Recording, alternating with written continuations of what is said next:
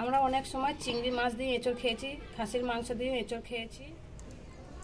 এবার ডিম এঁচড়ের রেসিপি শুরু করে দেব।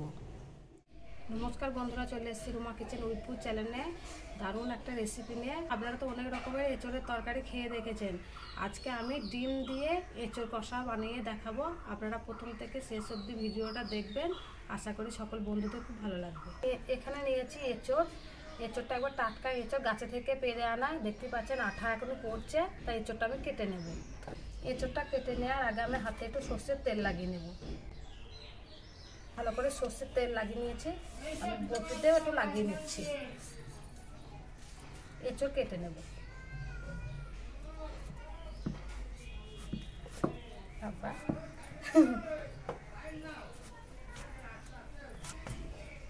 এই দেখুন বন্ধুরা, সুন্দর এবার এঁচড়টা।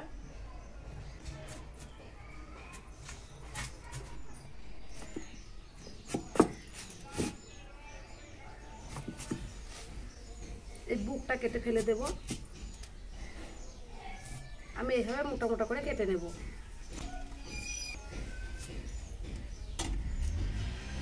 এখানে নিয়েছি ছোট সাইজের আলু। আলুগুলো আমি দু টুকরো করে নেব।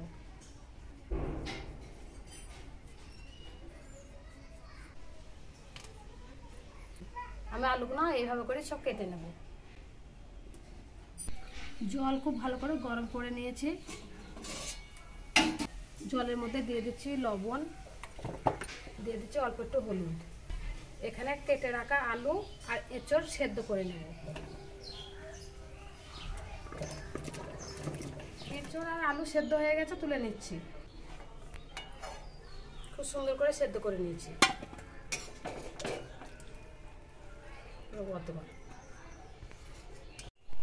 কড়াই খুব ভালো করে গরম করে নিয়েছি, তেল দিয়ে দিচ্ছি। এখানে নিয়ে নিয়েছি তিনটে ডিম তিনটে ফাটিয়ে নেব।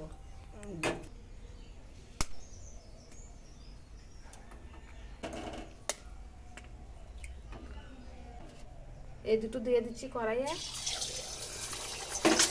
এটা ফাটিয়ে নেব।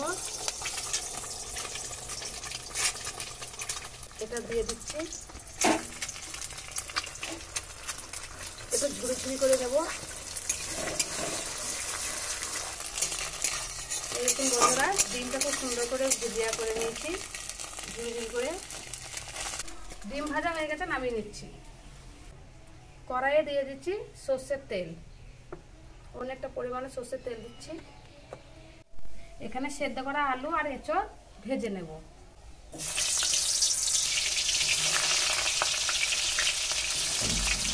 এঁচড় আর আলু খুব ভালো করে ভেজে নিয়েছি, তুলে নিচ্ছি।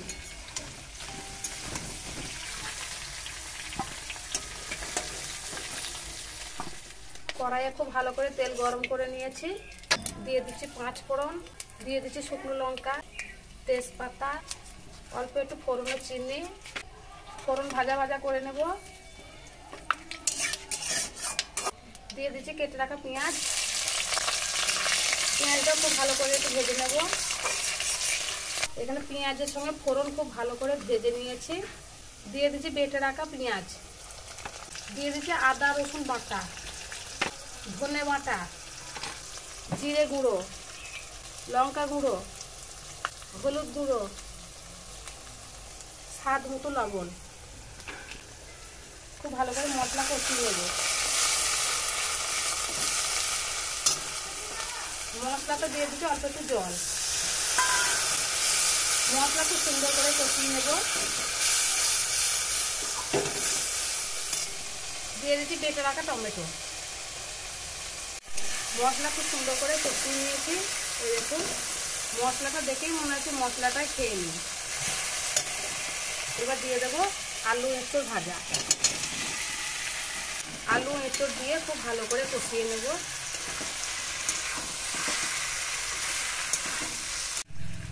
আলু এঁচড় খুব সুন্দর করে কষিয়ে নিয়েছি। এবার দিয়ে দেবো জল।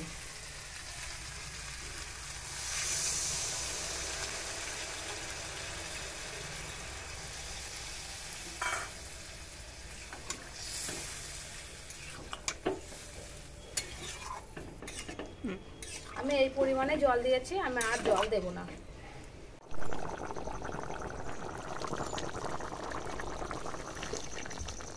আজকে এঁচোড় কষা রেসিপিটা মনে হচ্ছে একেবারে খাসির মাংস। এখানে ডিম ভুজিয়াগুলো করে রেখেছি, দিয়ে দিচ্ছি।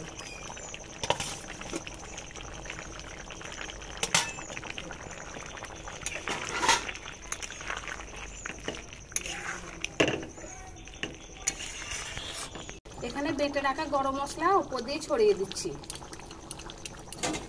একটু ভালো করে নেড়ে দেবো। নামিয়ে নিচ্ছে।